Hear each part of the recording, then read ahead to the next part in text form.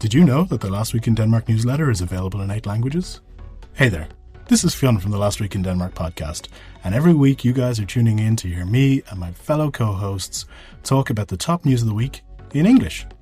But let's be real, we're all internationals, so not only are you speaking English every day, you're probably also speaking a bit of Danish, but you've probably also got your own native language as well, like the multilingual master you are. So why not treat yourself to the luxury of being able to read Danish news each week in your own native language?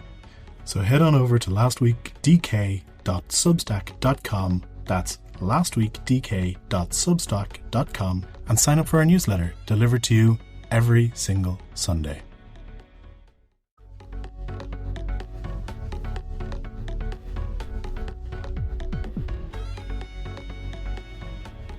Hello everyone, welcome to yet another episode of Last Week in Denmark. This is episode 22.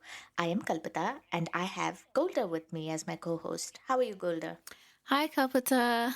I'm fine. It's really hot here in the UK today, so burning a little bit. I'm surprised to say that. But yeah, it's beautiful outside. It is amazing here as well. It's almost 25 degrees. Isn't that insane? I remember complaining that it wasn't warm enough. Really? When was this? I think my episode with Fionn, I think that was 2-3 weeks ago. Okay. Well, somebody heard your complaints and answered. Yeah, clearly. Well, let's dive right into it. We have 3 topics as usual today. We're talking about Lolland, which I haven't been to in Denmark, and we're talking about bank fees, and we're talking about Copenhagen being the best city to live in. Let's kick it off with Lolland. Have you been to Lolland, Golda? To be honest, I don't think so. I could have as a kid on a school trip. It sounds familiar, but as an adult, I don't think I've been there. I have never been there either, but I do know people from Lolland and they're quite nice, very sweet people. But I read that Lolland is probably the only place in the local elections where they're having 2 international candidates. Wow. Did you know that?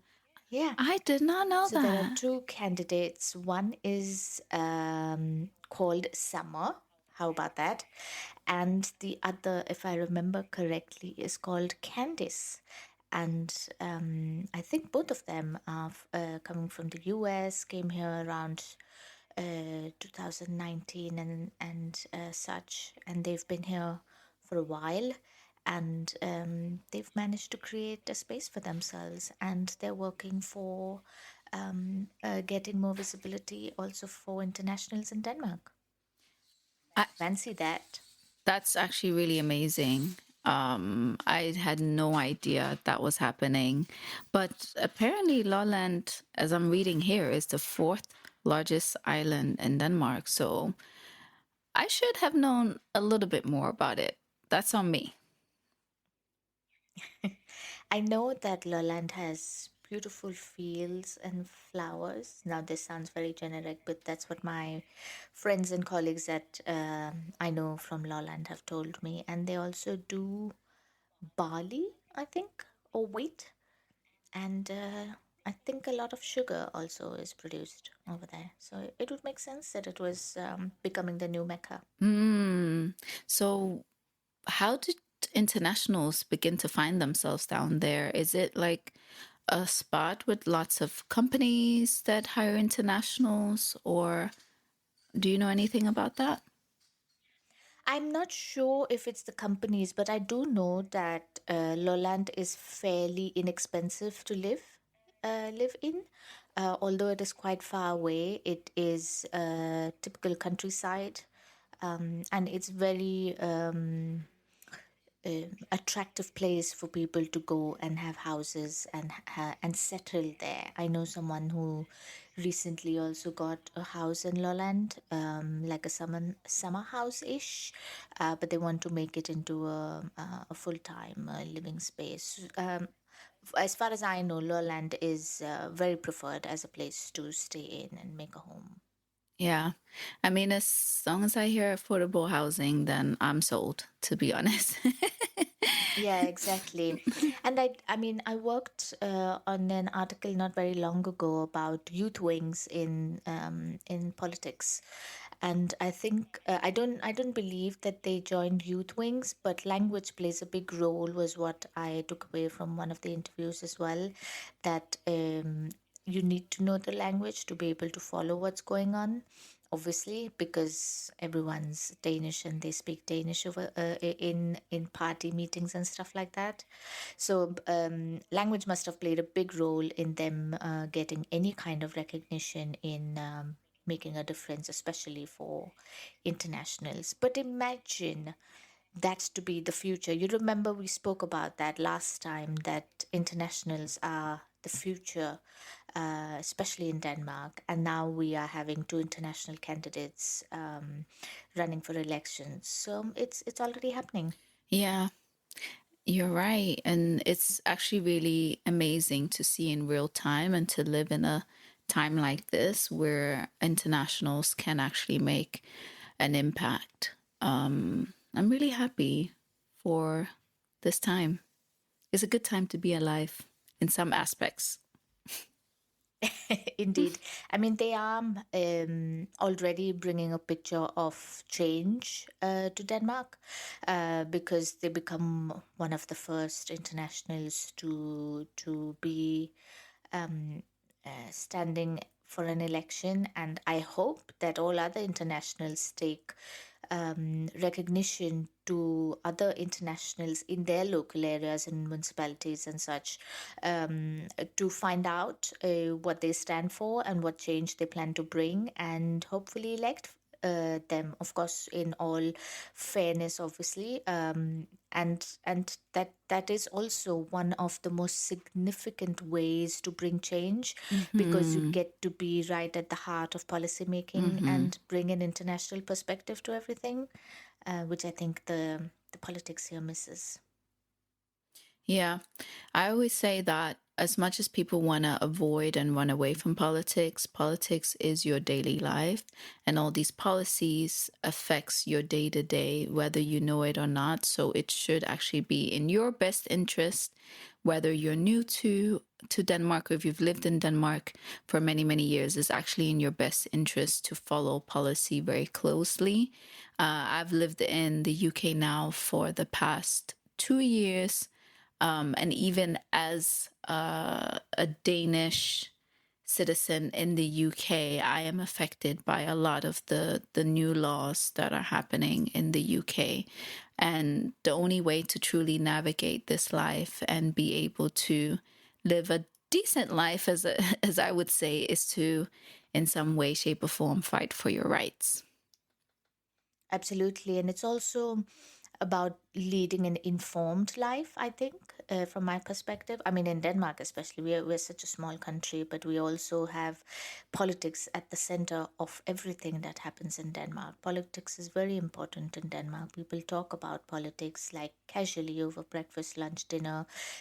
Open conversations are held among peers, within families, right from the young ones to the old ones around the table. So I think politics is significantly affecting our lives. I totally agree with you, Golda. But also, politics is something I'm a complete novice at politics. Politics just mushes my brain completely.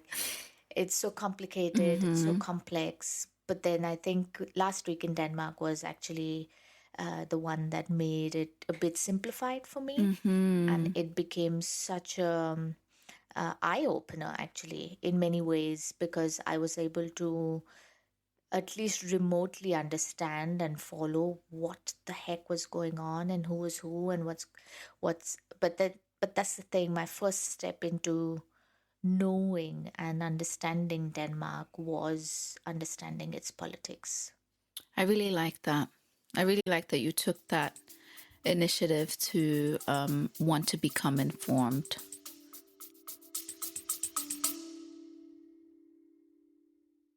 Hey, this is Kalpita and Golda.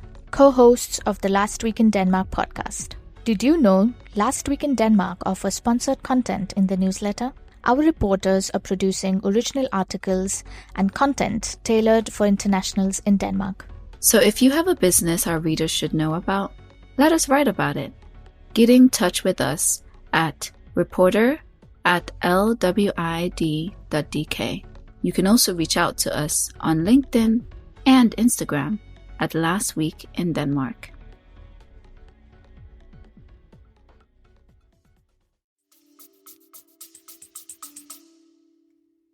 Yeah, and speaking of informed, now bank fees have been brought to light through the newsletter and in the news that you can apparently save up to 50,000 Danish kroner a year if you switch banks, because bank fees from one bank to another have significant differences. Have you experienced that before? Have you changed banks in Denmark? No. So I think for me, when I came back in 2012 to study in Denmark, I opened my first bank account with Nordea, and I closed my bank account with Nordea last year because of the fees. It just wasn't really adding up for me to have an udlandsk konto. Yeah. The fees was just way too much, and I barely was using the Danish account anymore. But I can imagine that if you are switching, then it would make sense that you can find something lower. I was just a diehard Nordea customer. Who are you with? Yeah, no, that I have a bank account with Arbejdernes Landsbank. I find them to be super cheap, super simple. They're also always available if you have questions. But I do know that, I mean, they keep sending me messages every now and again. Oh, now we are reducing rent on this, rent on that is going to be increased, and it's usually a 0 point some percentage, which I'm like, nah, okay, that's not really breaking my bank. But I do understand that there are other fees, like you said, your outstation account was very expensive, and I know Danske Bank does that as well. And now we also have I don't know, banks like Luna and such, which are private banks, are also significantly impacting the whole banking and finance game in Denmark. But I also find it a bit strange that the difference is so vast. I get that there's competition, but I also don't understand the difference. It's like getting your phone this changed. What is that called? Subscription changed, because now some other phone company calls you and pitches in a cheaper option for you, and then a couple of years later then you find out, oh, this 3 is cheaper, and oh no, Telenor is cheaper, or Telemore is cheaper, or whatever. It's a bit strange also to keep switching your basic.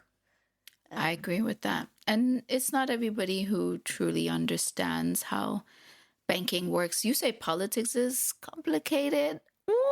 Finance and banking.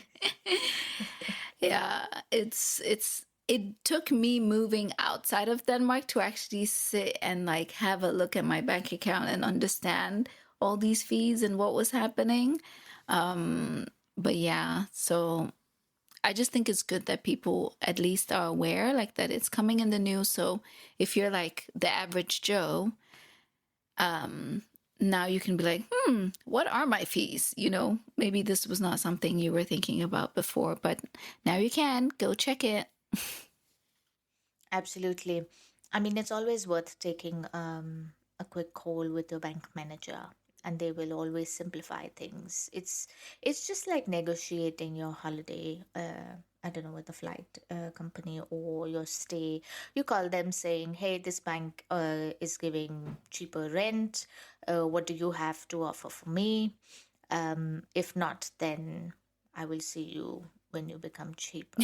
But also I do not like the bureaucracy of it, like the whole paperwork, and then you have to move one thing to another and all that. That's one thing that can put me off, and then I won't mind paying any kind of fee because I don't care. I'm not going to keep changing my things. Imagine the things you need to keep up with, like change your bank account, then keep changing your phone, then keep changing your, I don't know, insurance, because now you're going to Insurance. save some. Mm-hmm. Yeah, That's why we it's say insane. adulthood is a scam. Someone scammed us into It this. indeed is. Absolutely. I mean, the things you have to keep up with because they keep changing the rules and fees and benefits. It's a bit like, hey, we live such a great life. Why don't we just complicate it a little bit? Why don't we put you just a tiny bit to work, please? Yeah, it does feel like that sometimes. Yeah. I do like banks. Um, Especially my bank, because they're so simple. I can just go into my app and do whatever I need. But I also understand it's a bit unfair for me to say that it's simple because I don't really have so many needs through my bank. But I suppose that's even more complex for entrepreneurs who need to keep up with not just their Mm-hmm. personal but also their business accounts. Yeah, it is. It Yeah. is. And then the accountants don't come cheap either. I think I have a friend who does that for businesses, and it's true. It's not cheap at all. Um, it's definitely worth it, but it's not cheap because it is complicated. And maybe we need more courses in high school or in university that can kind of break some of these things down without you having to major in accounting or economics. Maybe just like mainstream banking courses for, you know, Yeah, yeah, young that's a good adults. point. I was having a conversation with someone not long ago where we spoke about that the only thing one of the things that really impacted them during graduation was that there was absolutely at no point that they were told how to start a business or how to be in Mm, retail or how to rent a place or how do you do your yeah. banks or taxes and stuff. And that felt like a big gap as well, because Denmark is known to be an incredible place that not only supports but encourages businesses and entrepreneurship. And then it's not part of the system or education system is a bit disappointing. It's definitely a privilege to know these things. And I agree with you, it is a bit disappointing. And there's only few who maybe stumble upon it later in life, but you kind of have to be self taught. And it's really just about making mistakes and hoping you don't mess up too much. But yeah, it would be good to make this readily available for young adults. I'm talking probably those who are like 18, 21. It would be a good group to target. Yeah, absolutely. I mean, imagine the difference it would make if every individual would know what is up and down in being an entrepreneur and taking a business retail or even B2B for that matter. Mm-hmm. And then the tax, let's not even begin on that. That's like a whole different ball of thread that is all jumbled up that you just need to you never sort it out. There's always something or the other with tax. So I don't blame the banks to making it even more complicated in some way. Yeah, I agree with that one. Yeah, which is a paradox because our next topic is that Copenhagen was recently selected as the most livable city. I did see that on LinkedIn. I was kind of proud. Copenhagen is a very beautiful city. It's become even more beautiful over the years. And sometimes I do just miss the simple bike lanes.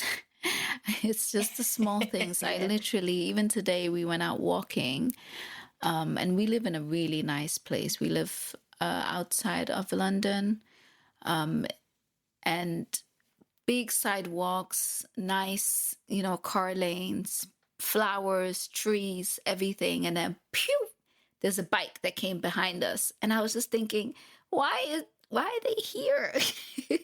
Why can't we just get some bike lanes so the bikes know where they're supposed to be? And that's where the nostalgia about, like, you know, just growing up in Copenhagen and kind of maybe taking that for granted, but really understanding what it means for a city to invest in like these eco-friendly and infrastructure that kind of allows for cities to bloom and also think about the safety of its citizens.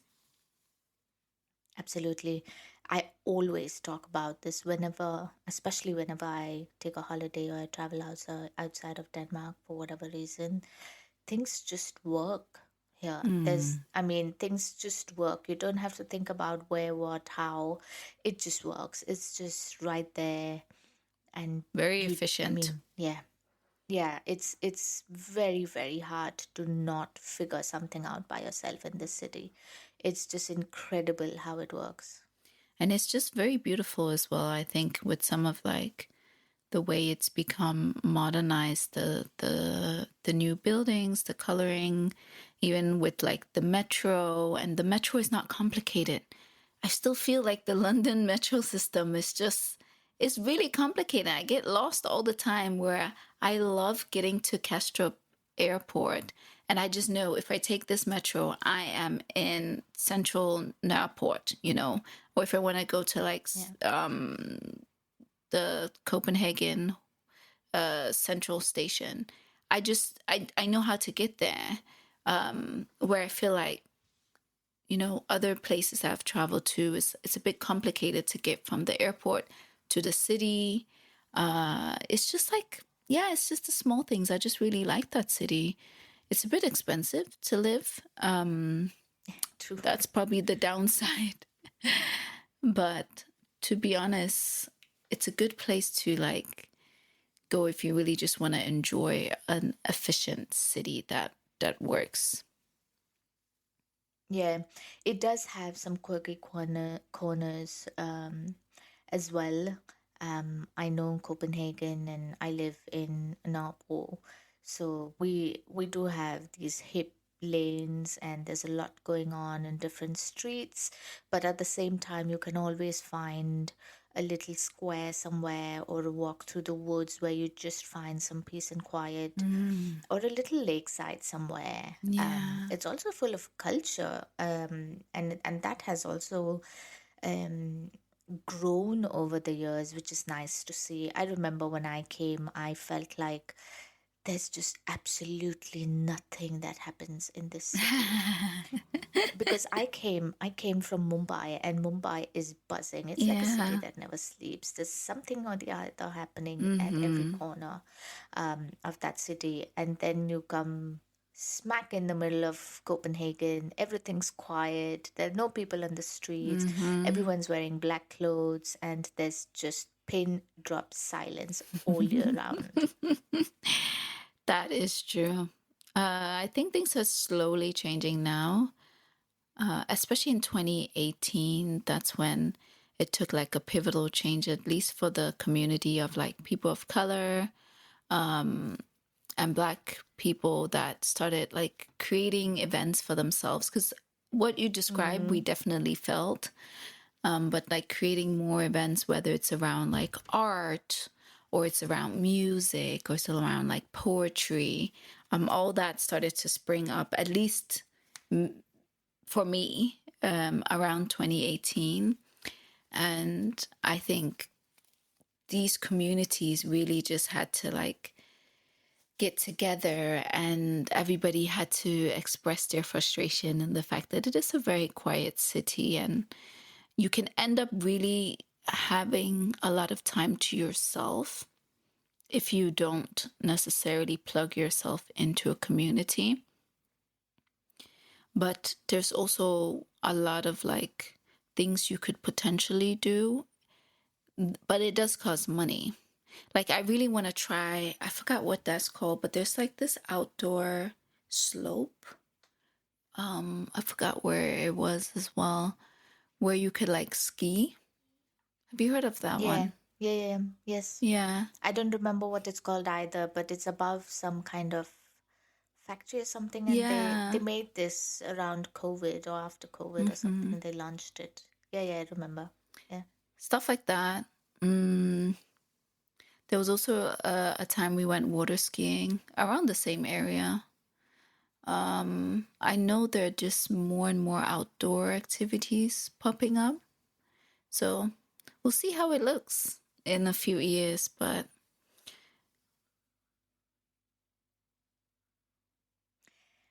yeah. I have seen a big difference since, I don't know, 6, 7 years when I came. There are, like you said, more clubs, more sports clubs. And I think it's also some credit to social media that we became so popular as well. A lot of fashion brands made Copenhagen popular, Copenhagen is one of the biggest fashion cities in the world after New York. I think we overtook London about 2 years ago. The fashion weeks are also not that popular anymore, as much as Copenhagen Fashion Week is. You have brands like Ganni as well that have taken the brand internationally as well. And a lot of credit also goes to TikToks and creators who have come to Copenhagen. And let's not forget our bakeries. They are world famous, even if they have 0 branches other than Copenhagen. So. Yeah.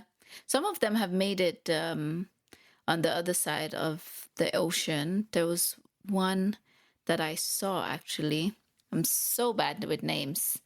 But yeah, there was one I saw where I was walking in London and I was like, oh, that's the Danish brand. But yeah, you're right. Oh. The cafes, the bagels, they've done well in terms of places that people can go and sit, as well as very easy to find a place to like sit and work, especially in central Copenhagen. Absolutely. And we've also done some good work. I mean, Trump has obviously made us very, very popular since his first term.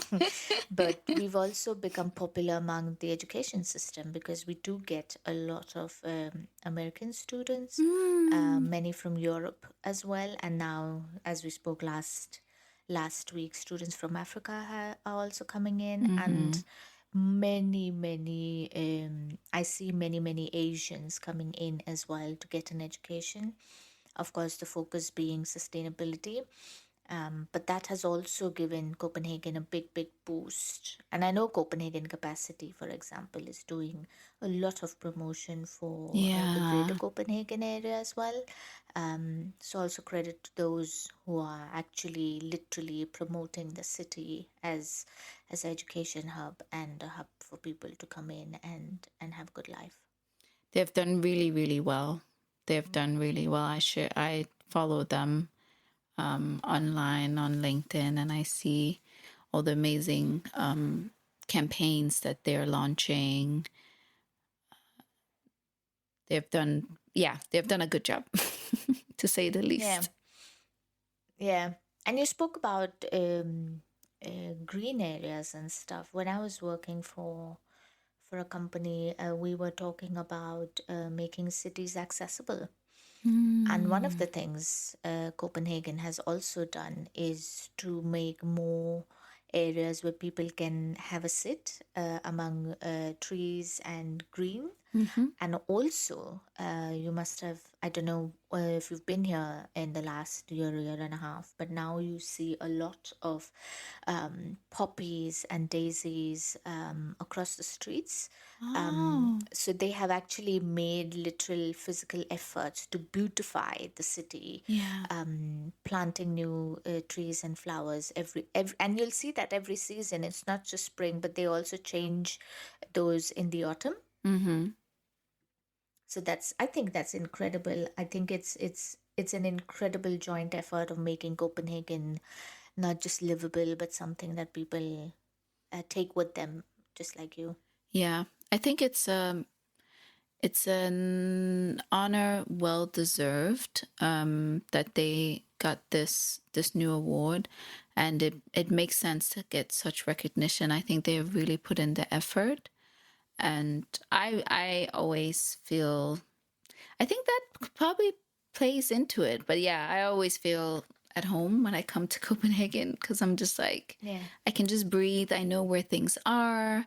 I feel everything is accessible easily, whether it's by bike or public transport. And public transport works for the most part. I think in the winter, there are some delays here and there. But even that, just being able to know that the bus is delayed and how many minutes is delayed, like that really is something for me as well. I read somewhere that they're trying to make the travel card digital so it can be on your phone. They're putting chargers on the buses as well, in case somebody, phone is going off. I think some buses may even soon be getting Wi-Fi, I believe. There's just a lot of work to make Copenhagen a place that you want to live. But of course, housing prices could go down. I'm just saying, for anybody listening here. Yeah. Gee, we sound like we live in the future, but I totally agree with you. Housing prices and also those damn grocery prices. I mean, come on. Yeah. They've become ridiculous. And everybody knows they're inflated. Yeah, that's true. That one, I'll give it to you. That is actually true. It's absolutely insane. It's insane to get your coffee for what, 80 kroner, 60 kroner. It's ridiculous. You get one bell pepper for 9 kroner. Yeah, one bell pepper. That's in. I mean, yeah. I don't know what's going to change that. Because I mean, I'm not. I don't know. Have you heard about the Arla thing that happened where they were inflating prices of but their butter? No, I didn't know about that. Oh yeah, but that's become a thing. I think it was also in the UK that it was spoken about that Arla has inflated the prices for butter, which is now costing, I don't know, 35 kroner almost. And it also was brought up in the parliament by some parties saying what's going on with the grocery prices and why are they inflated and stuff. So, yeah. But we are still livable. Yeah. But of course, when you have everything, you do have the choice to point out things. Just like beautiful weather sometimes and not beautiful weather sometimes. That is true. That is true. On that note, thank you so much for tuning in, and thank you for your time, Golda, this week. Thank you for a lovely conversation, and I hope you get to enjoy the most livable city. I'll probably be there in August. Oh yeah, that'll be when we start our next season. Yeah. I think this is the second last episode of this season. So tune in one more last time for the next last episode, which is episode 23. This is episode 22. Yes, thank you. Thank you, and see you. Bye.